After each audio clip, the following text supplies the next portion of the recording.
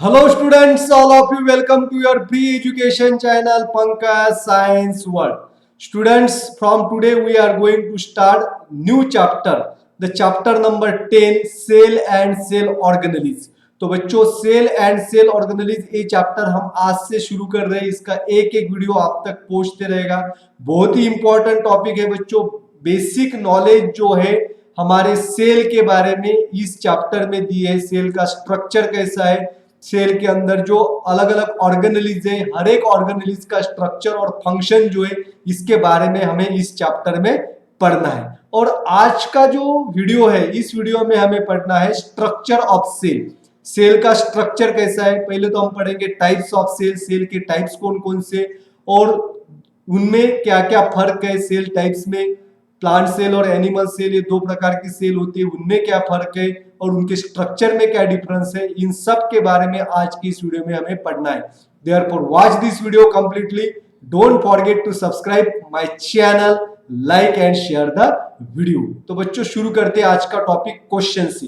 पहला क्वेश्चन है, how many types of cells are found in living organism. जो living organisms है, from the unicellular to multicellular, from microscopic to gigantic, सभी living organism में cell कितने प्रकार के होते हैं। तो सेल जो है वो दो प्रकार के होते हैं। तो पहली होती है प्रोकैरियोटिक सेल। ये जो डायग्राम है आपके सामने, ये है प्रोकैरियोटिक सेल। तो प्रोकैरियोटिक सेल, तो प्रोकैरियोटिक सेल इसमें जो है प्रो का अर्थ होता है बच्चों प्रिमिटिव, प्रो का अर्थ है प्रिमिटिव एंड कैरी ऑन इसका अर्थ होता है न्यूक्लियस। तो prokaryotic cell is the cells which contains primitive nucleus. The nucleus is under develop. Primitive इसका अर्थ होता है आदिम, बहुत पुराने जमाने से, बहुत पुराने। तो इसमें जो न्यूक्लियस है, न्यूक्लियस बहुत पुराना है, इसका अर्थ ऐसा होता है कि न्यूक्लियस बहुत पुराना है।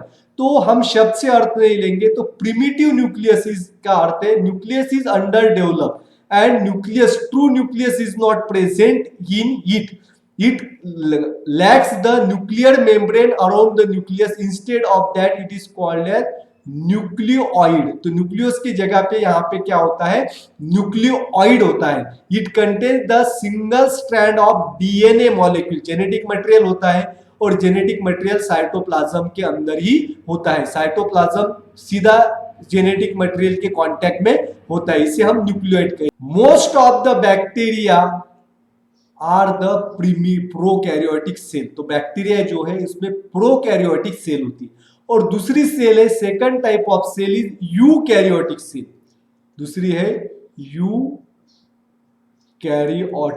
सेल। तो यूकैरियोटिक सेल, इसमें यू का अर्थ होता है ट्रू और कैरियन का अर्थ आपको पता है nucleus. The eukaryotic cell contains the true nucleus. यहां पे देखिए, this one is the nucleus and nucleus having the nuclear membrane around it. और न्यूक्लियस जो होता है उसके बाहर न्यूक्लियर मेम्ब्रेन होता है।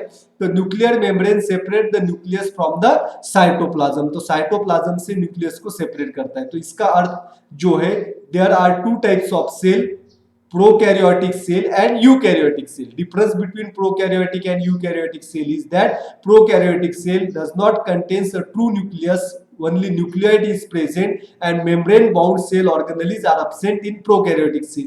Eukaryotic cell is contains well developed nucleus having nuclear membrane around it and membrane bound cell organelles are present in eukaryotic cell.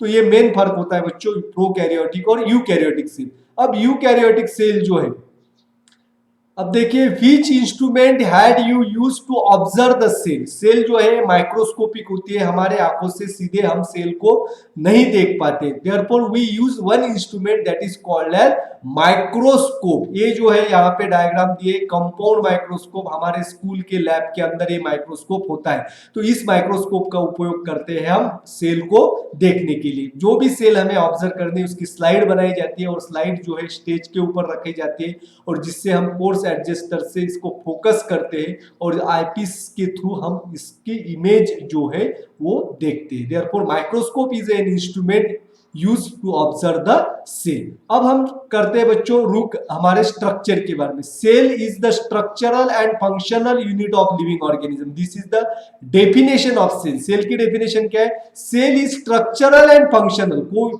Of living organism. All living organisms are made up of cell.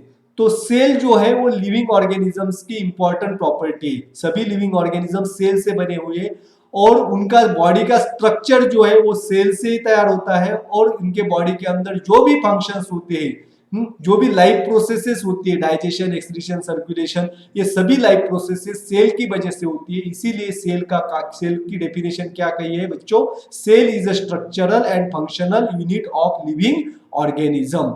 According to the functions, cell of different sizes and structures are found in different organs.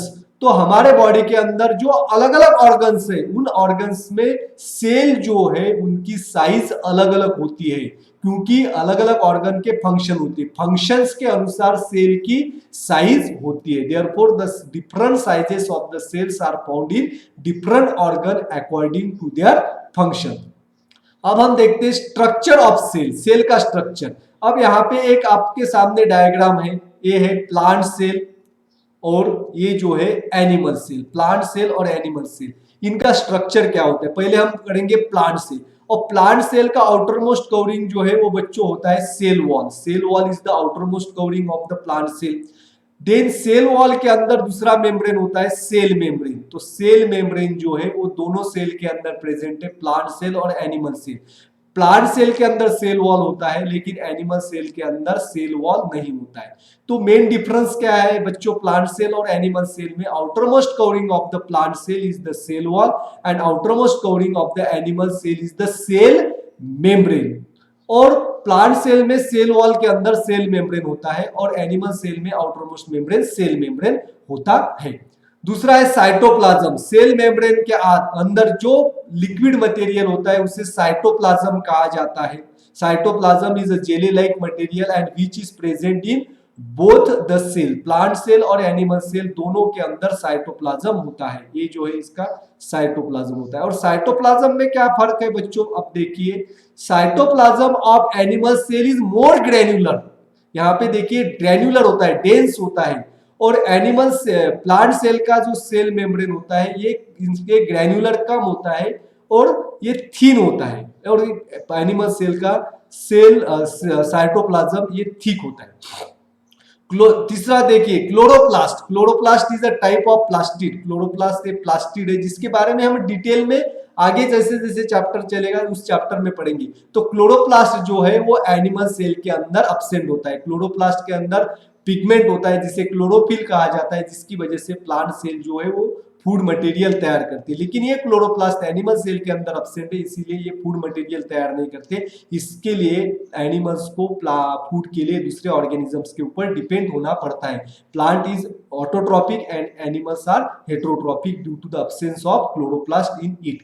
अब देखिए ribosomes. Ribosomes जो है free ribosomes दोनों cell के अंदर है। Free ribosome cytoplasm में attach होते हैं और दूसरे प्रकार के राइबोसोम्स जो है वो एंडोप्लाज्मिक रेटिकुलम के साथ अटैच होते हैं। Then lysosome. Lysosome is a structure present in the only animal cell. Plant cell lacks the lysosome. Plant cell में rarely lysosome present होते हैं। Lysosome plant cell के अंदर absent होते हैं लेकिन animal cell के अंदर lysosome present होते हैं। Golgi bodies. Golgi bodies जो है दोनों के अंदर present है, plant cell और animal cell। न्यूक्लियस दोनों में प्रेजेंट है लेकिन एनिमल सेल का न्यूक्लियस सेंटर में होता है और प्लांट सेल का न्यूक्लियस जो है वो थोड़ा सा सेल वॉल की तरफ शिफ्ट होता है। ये क्यों होता है? क्योंकि वैक्यूल की वजह से। प्लांट सेल और एनिमल सेल दोनों में वैक्यूल होता है लेकिन प्लांट सेल में एक ही वैक्यूल होता है और वो बड़ा वैक्यूल होता है and which is present in the centre and that is why nucleus is shifted towards the periphery in plant cell. But in animal cell contain numerous vacuole and they are small in size. एक से ज्यादा vacuole होता है और छोटे छोटे होते हैं। देन एंडोप्लाज्मिक रेटिकुलम, न्यूक्लियस के साथ एक स्ट्रक्चर जुड़ा हुआ है जिसे एंडोप्लाज्मिक रेटिकुलम कहा जाता है और एंडोप्लाज्मिक रेटिकुलम जो है दोनों में प्रेजेंट होते हैं। आएगा बच्चों समझ में? माइटोकॉन्ड्रिया ये पावर हाउस होता है, ये प्लांट और एनिमल दोनों सेल के अंदर प्रेजेंट होता है। अब देखिए बच्चों स्ट्रक्चर ऑफ सेल। अब हमने जो सेल का स्ट्रक्चर पढ़ा था, उसमें से हमें ये जो है यहाँ पे दो डायग्राम दिए हैं, इसमें ये डायग्राम जो है ये है प्लांट सेल की and this one is the animal cell, ये है एनिमल सेल की। अब हमें जो है इनमें जो ऑर्गन्स है प्लांट और एनिमल सेल, इनके नाम जो है वो फाइंड आउट करने। अब यहां से हम प्लांट सेल से शुरू करते हैं। ये स्ट्रक्चर हमने देखा था, ये स्ट्रक्चर जो है ये है माइटोकॉन्ड्रिया। अब ये जो है आउटर मोस्ट कवरिंग जिसे कहते हैं सेल वॉल, जो सिर्फ प्लांट सेल में होती है, एनिमल सेल में एब्सेंट होती है। सेल वॉल के अंदर सेकंड मेम्ब्रेन जो होता है इसे कहते हैं सेल मेम्ब्रेन, दोनों प्लांट और एनिमल सेल में प्रेजेंट होता है। यह है बच्चों न्यूक्लियोलस, और ये जो है इस स्ट्रक्चर को हम कहते हैं न्यूक्लियस, न्यूक्लियस के अंदर न्यूक्लियोलस होता है। अब ये जो है fluid like material, it is called as cytoplasm, इसे हम साइटोप्लाज्म करते हैं। ये है बॉडी, गोल्गी बॉडी, जिसे गोल्गी बॉडी, गोल्गी एपरेटस या गोल्गी कॉम्प्लेक्स, तीनों एक ही। अब जो है this one is the vacuole, ये है वैक्यूल। अब ये जो है ये है क्लोरोप्लास्ट, क्लोरोप्लास्ट जो है वो प्लांट के अंदर प्रेजेंट होता है, प्लांट सेल के अंदर, और एनिमल सेल के अंदर एब्सेंट होता है। अब जो है ये स्ट्रक्चर जो है ये है एंडोप्लाज्मिक रेटिकुलम, एंडोप्लाज्मिक रेटिकुलम। अब हम एनिमल सेल की तरफ चलते हैं। This one is the lysosome, lysosome, lysosome जो है ये प्लांट सेल में एब्सेंट होते हैं और एनिमल सेल में प्रेजेंट होते हैं। दिस स्ट्रक्चर, ये स्ट्रक्चर है माइटोकॉन्ड्रिया। ये जो है ये न्यूक्लियोलस, न्यूक्लियस के अंदर जो स्ट्रक्चर होता है न्यूक्लियोलस, जिसके बारे में हम डिटेल में पढ़ेंगे। ये जो है ये न्यूक्लियस दोनों सेल में प्रेजेंट होता है। ये है outer most membrane of animal cell, that is called as cell membrane, इसे हम सेल मेम्ब्रेन कहते हैं। और ये जो है छोटे छोटे वैक्यूल्स हैं। ये स्ट्रक्चर जो है ये है गोल्गी कॉम्प्लेक्स, और ये जो है एंडोप्लाज्मिक रेटिकुलम। आ गया समझ में? इस तरह से हमने प्लांट सेल और एनिमल सेल के बारे में जो है यहाँ पे इनके नाम्स जो है वो बराबर दिए थे। इसकी प्रैक्टिस आप कर सकते हैं बच्चों। अब नेक्स्ट देखिए, यहाँ पे डायग्राम दिए, प्लांट सेल और एनिमल सेल 3D व्यू है, और यहाँ पे एक चार्ट है। इस चार्ट को हमें कंप्लीट करना है। Comparison between plant cell and animal cell, plant cell और एनिमल सेल के कंपैरिजन। पहले देखिए सेल मेम्ब्रेन, प्लांट सेल और एनिमल सेल दोनों में प्रेजेंट होता है। अब देखिए बच्चों ये है सेल मेम्ब्रेन, प्लांट सेल और एनिमल सेल दोनों में प्रेजेंट है। अब सेल वॉल जो है, सेल वॉल एनिमल सेल में एब्सेंट होता है। अब देखिए बच्चों यहाँ पे कहीं पे भी आपको एनिमल सेल में सेल वॉल नहीं दिखाई देगा। Cell wall is present only in animal cell, animal cell के सॉरी प्लांट सेल के अंदर ही सेल वॉल प्रेजेंट होता है, एनिमल सेल में एब्सेंट होता है। अब जो है ये स्ट्रक्चर हमें ढूंढना है जो एनिमल सेल में प्रेजेंट है लेकिन प्लांट सेल में एब्सेंट है। हमें पता है लाइसोसोम, लाइसोसोम जो है वो एनिमल सेल में प्रेजेंट होता है और प्लांट सेल में लाइसोसोम एब्सेंट होते हैं। Plastid, chloroplast, chloroplast is a plastid. अब प्लास्टिड जो देखिए सिर्फ प्लांट सेल के अंदर है, एनिमल सेल के अंदर एब्सेंट है। Therefore plastids are present in absent in animal cell and these are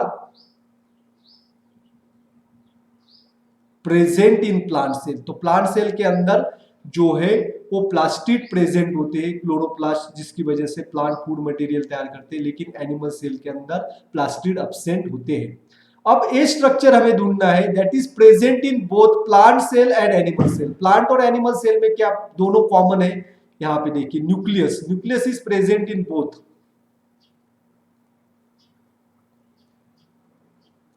vacuole, vacuole दोनों के अंदर प्रेजेंट होता है, present in plant cell and also present in animal cell. क्यों?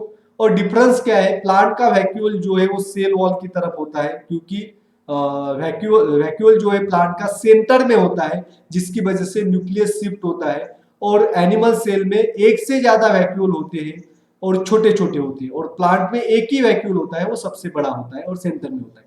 गोल्गी कॉम्प्लेक्स जो है दोनों में प्रेजेंट है, एनिमल सेल के अंदर भी प्रेजेंट है, mitochondria present in plant cell and animal cell. तो इस तरह से हमने प्लांट और एनिमल सेल के अंदर कंपैरिजंस की है। तो डिफरेंस क्या है प्लांट और एनिमल सेल के अंदर? प्लांट सेल वॉल जो है प्लांट सेल में प्रेजेंट होता है, एनिमल सेल में अब्सेंट होता है।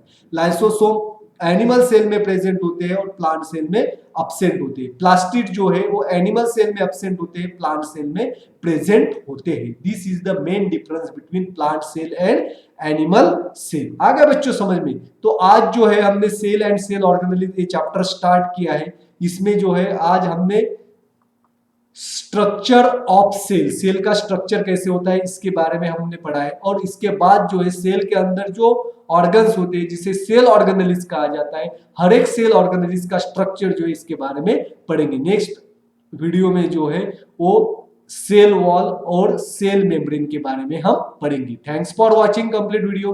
Don't forget to subscribe my channel, like and share the video. Thank you.